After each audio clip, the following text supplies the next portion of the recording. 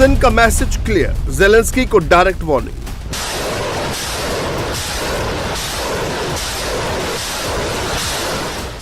По разным совершенно соображениям. И если киевские власти не желают закончить дело миром, Zelensky surrender करो वरना deadly मिसाइलों का सामना करो। Ukrainian delegation, yes, in January, and Ukraine is ready for peace. And once again, would like to thank President Trump for a warm welcome and substantial discussion. Thank you, Mr. President. Thank you very much. Thank you so much. Zelensky, Donbas छोड़ो वरना Putin नहीं छोड़ेंगे।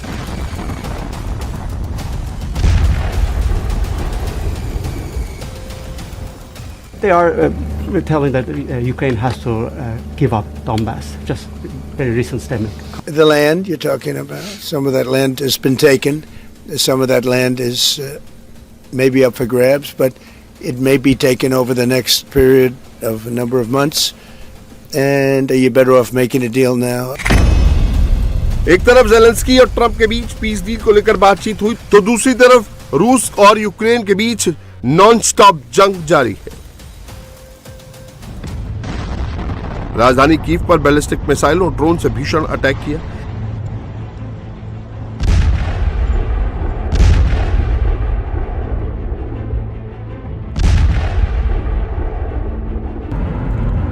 डोनेत्स्क क्षेत्र के सोल्वियांस्क में रूसी guided aerial बमों ने जबरदस्त धमाके किए।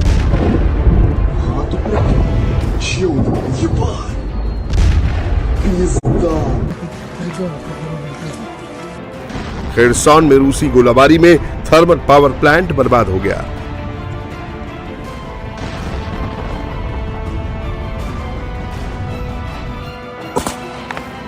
कुपियांस्क शहर पर रूस ने कब्जा कर लिया है।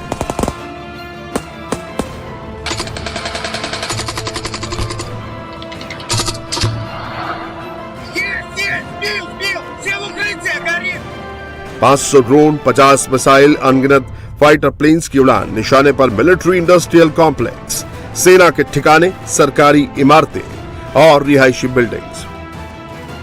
खार्किव के अहम शहर कुपियांस्क पर वेस्टर्न मिलिट्री ग्रुप की कंबाइंड आर्मी ने कब्जा कर लिया है। शहर में बचे हुए यूक्रेनी सैनिकों को खदेड़ा जा रहा है।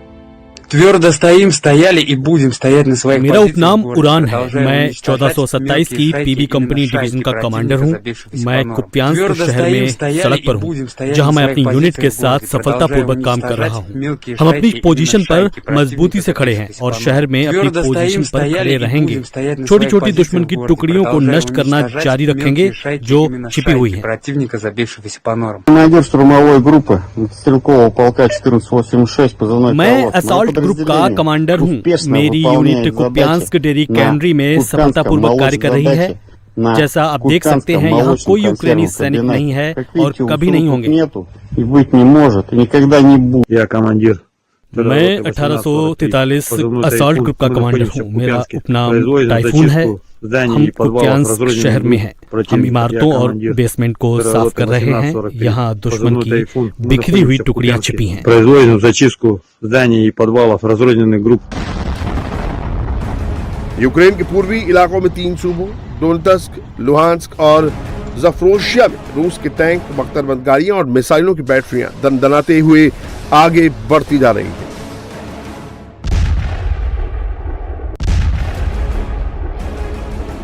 जिस वक्त ज़ेलेंस्की पीस प्लान पर वार्ता कर रहे थे, उस वक्त पुतिन की सेना यूक्रेन पर विध्वंसक हमले कर रही थी।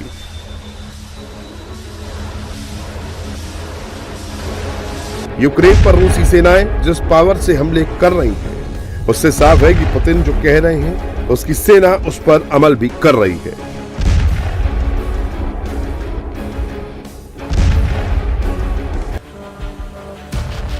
रूस और यूक्रेन के बीच युद्ध का आज 1404वां दिन है। ऐसे में अब सवाल ये है कि रूस यूक्रेन युद्ध आगे किस तरफ जाएगा। रूस यूक्रेन की समझौते के लिए क्या क्या मांग है। ट्रंप और ज़ेलेंस्की की मीटिंग से क्या निकला। ज़ेलेंस्की और अमेरिकी राष्ट्रपति डोनाल्ड ट्रंप ने फ्लोरिडा में मुलाकात। मीटिंग के बाद डोनाल्ड ट्रंप ने साफ कर दिया कि रूस और यूक्रेन के बीच युद्ध खत्म करने के लिए शांति समझौता बेहद करीब है, लेकिन जमीन का मामला सबसे बड़ा है जिसे सुलझाया जाना बाकी है। ट्रंप पूर्वी डोनबास की जमीन का जिक्र कर रहे थे जिस पर रूस ने कब्जा किया हुआ है। They are telling that Ukraine has to give up Donbass. Just very recent statement coming out. Well, that's what they've been asking for, and there's a dispute about that. So they're going to have to iron that out. That's an issue they have to iron out. But I think it's moving in the right direction. What are the thorniest issues still unresolved after that? Well, I think the land you're talking about. Some of that land has been taken. Some of that land is maybe up for grabs, but it may be taken over the next period of a number of months.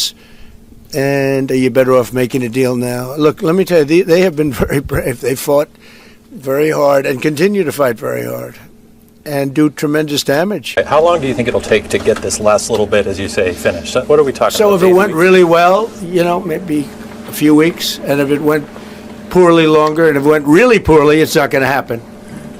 That would be a shame.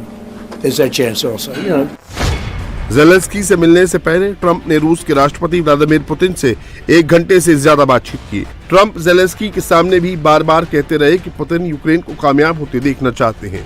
रूसी प्रवक्ता के मुताबिक Putin ने Trump से कहा कि Kyiv को बहादुरी भरा राजनीतिक फैसला लेना होगा जो रूस के रुख से मेल खाता हो। Well, thank you very much. We had a terrific meeting. We discussed a lot of things. As you know, I had an excellent phone call with President Putin that lasted for over 2 hours. We discussed a lot of points, and I do think we're getting a lot closer, maybe very close. And our meeting was excellent. We covered, somebody would say 95%, I don't know what percent, but we have made a lot of progress on ending that war, which is really certainly the most deadly war since World War II, probably the biggest war since World War II. जिस वक्त Trump और Zelensky साथ थे तो Trump बार बार Putin का नाम ले रहे थे, युद्ध विराम पर बोल रहे थे। ज़ेलेंस्की का चेहरा कुछ और कह रहा था। जितनी बार ट्रंप ने पुतिन का नाम लिया, ज़ेलेंस्की की बॉडी लैंग्वेज अलग थी। ट्रंप भी मान रहे हैं कि यूक्रेन संकट उनकी विदेश नीति के लिए सबसे बड़ा चैलेंज रहा है।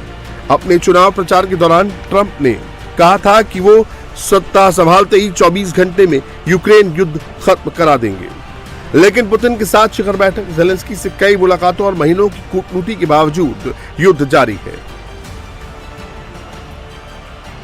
हालांकि ज़ेलेंस्की ने मीटिंग को लेकर जो कहा वो पॉजिटिव है। उन्होंने 20 पॉइंट्स वाले फॉर्मूले पर 90% सहमति वाली बात पर मोहर लगा दी है। Colleagues, first of all, I would like to thank President Trump for a great meeting at this amazing place in his home in Mar-a-Lago. And we had a really great discussions on all the topics, and we appreciate the progress that was made by American and Ukrainian teams in these recent weeks. And we discussed all the aspects of the peace framework, which includes, and we have great achievements, 20-point peace plan, 90% agreed, and US-Ukraine security guarantees 100% agreed. US-Europe-Ukraine security guarantees almost agreed. Military dimension 100% agreed. रूस Ukraine में जंग इतनी आसानी से नहीं थमेगी, क्योंकि Putin ने Ukraine को वार्निंग दे दी है कि अगर यूक्रेन शांतिपूर्ण तरीके से युद्ध रोकने पर तैयार नहीं होता है तो रूस मिलिट्री एक्शन से अपना टारगेट पूरा कर लेगा।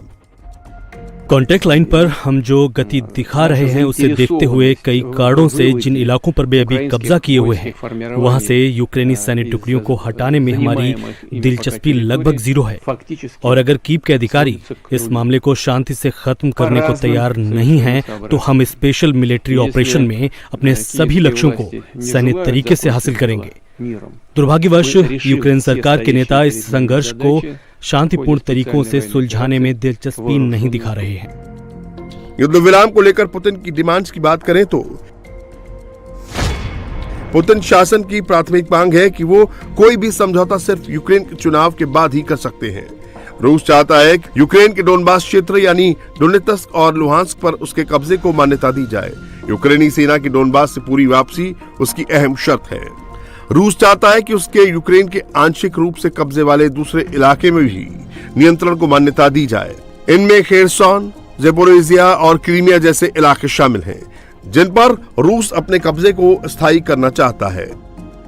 डोनबास को लेकर रूस लगातार धमकी देता है कि अगर ये इलाका उसे नहीं मिला तो मिसाइलें और भी ज्यादा आग बरसाएंगी। रूस ने शांति समझौते के बदले आर्थिक प्रतिबंधों में राहत की मांग की है। अब ज़ेलेंस्की पुतिन की बात मानते हैं या नहीं, उनका ये फैसला रूस यूक्रेन महायुद्ध की डायरेक्शन तय करेगा। लेकिन एक बात तय है कि ज़ेलेंस्की अगर नहीं झुके तो पुतिन की सेना यूक्रेन में आगे भी तबाही मचाती रहेगी।